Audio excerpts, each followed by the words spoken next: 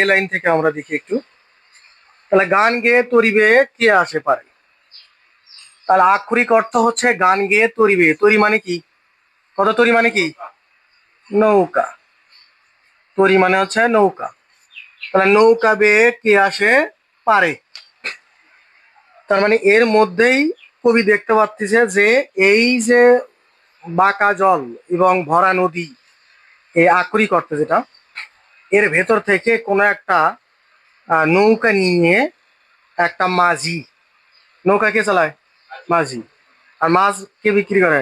জেলে, তাই না? মাছ বিক্রি না, মাছ যে ধরে তাকে জেলে বলে। আর যে নৌকা চালায় তাকে কি বলা হয়? মাঝি। তাহলে এই মাঝি কি করতেছে? নৌকা নিয়ে আসতেছে। তাহলে সে কি করে আসতেছে বলতো? গান গেয়ে আসতেছে। নৌকার সাথে রিলেটেড ভাটিয়ালি গান বেশি থাকে। তাহলে গান গেয়ে তরিবে কে আসে পারে। কোন পারে? সে যে পারে আছে সেই পারে। তাকে নিয়ে যাবে কিন্তু। যাই হোক, ওই সোনার নৌকাটা তা কি করবে? এই ওকাল থেকে পরকালে নিয়ে যাবে। অর্থটা এরকম। তা চলে আসি। দেখে যেন মনে হয় চিনিও হারে।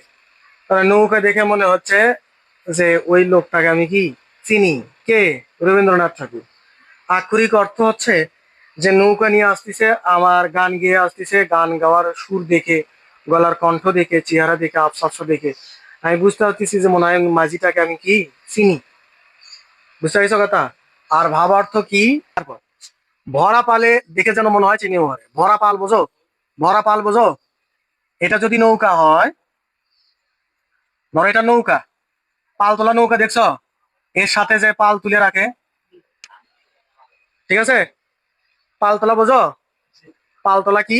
যে নৌকা যেদিকে বাতাস যাবে সেই দিকে যদি নিয়ে যেতে চাই, তাহলে নৌকায় এরকম খুঁটি দিয়ে সেখানে কাপড় বেঁধে দেয়। বাতাস হিসেবে কাপড়ে লাগে, ওই কাপড়টাকে বলা হয় পাল তোলা।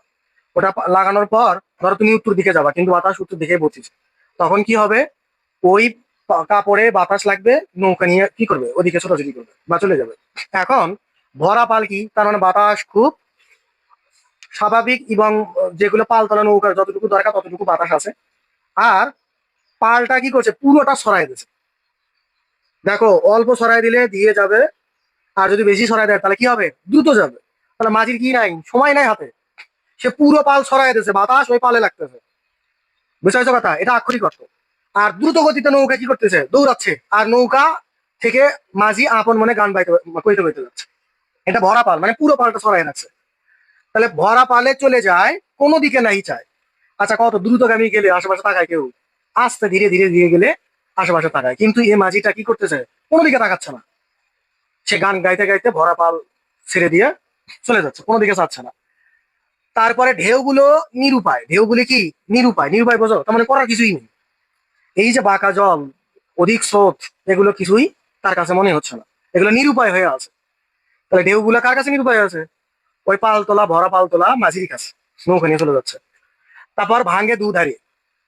এখন কি করতেছে? ওই নৌকার নৌকার গতিতে পানির ঢেউগুলো দুই পাশের নৌকার যে কুলটা ছিল নৌকার, এই পাশে আছে এহকাল, এহ কাল, আর এই পাশে কি? পরকাল।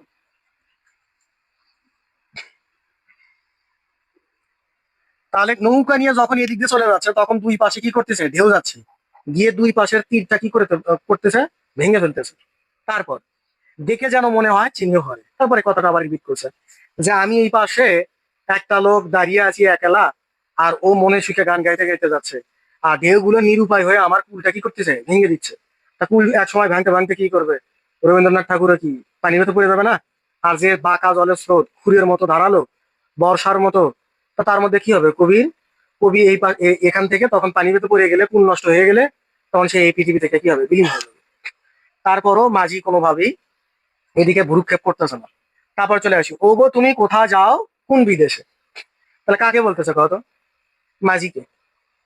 মাঝিকে কে বলতেছে? রবীন্দ্রনাথ ঠাকুর। বা এখানে প্রথম থেকে একটা কথা আমি বলিনি, সেটা হচ্ছে যে এই যে ধান কে লাগাইছিল, ধান কে লাগায়? কৃষক। তাহলে কৃষক রূপী কে? রবীন্দ্রনাথ ঠাকুর। তো রবীন্দ্রনাথ ঠাকুর নিজেকে কি মানে এখানে নির্দেশ করছে? কৃষক। কৃষক ধান কাটছে। তারপরে দেখো, ধান কাটা শেষ হওয়ার পর কুলে দাঁড়িয়ে আছে, মাঝি আসতেছে, কোনো দিকে ভ্রুক্ষেপ নেই। শেষে ডাক দিচ্ছে, ও গো তুমি কোথায় যাও কোন বিদেশে, মানে কোথায় চলে যাও। এটা বলতেছে, তাহলে বিদেশ এখানে।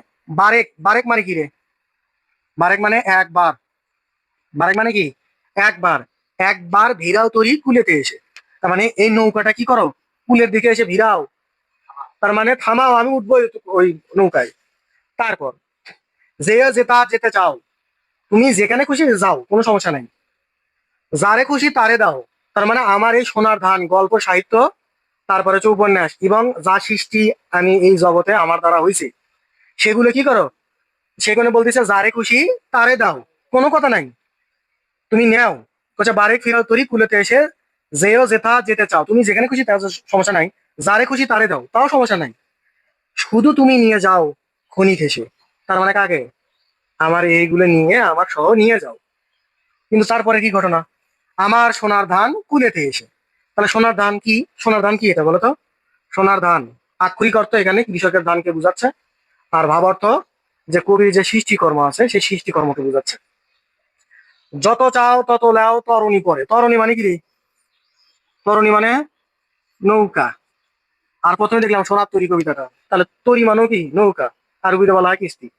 তাহলে যত চাও তত নাও তরণী পরে, আর আছে আর নাই দিয়েছি ভরে। ভরে মানে কি?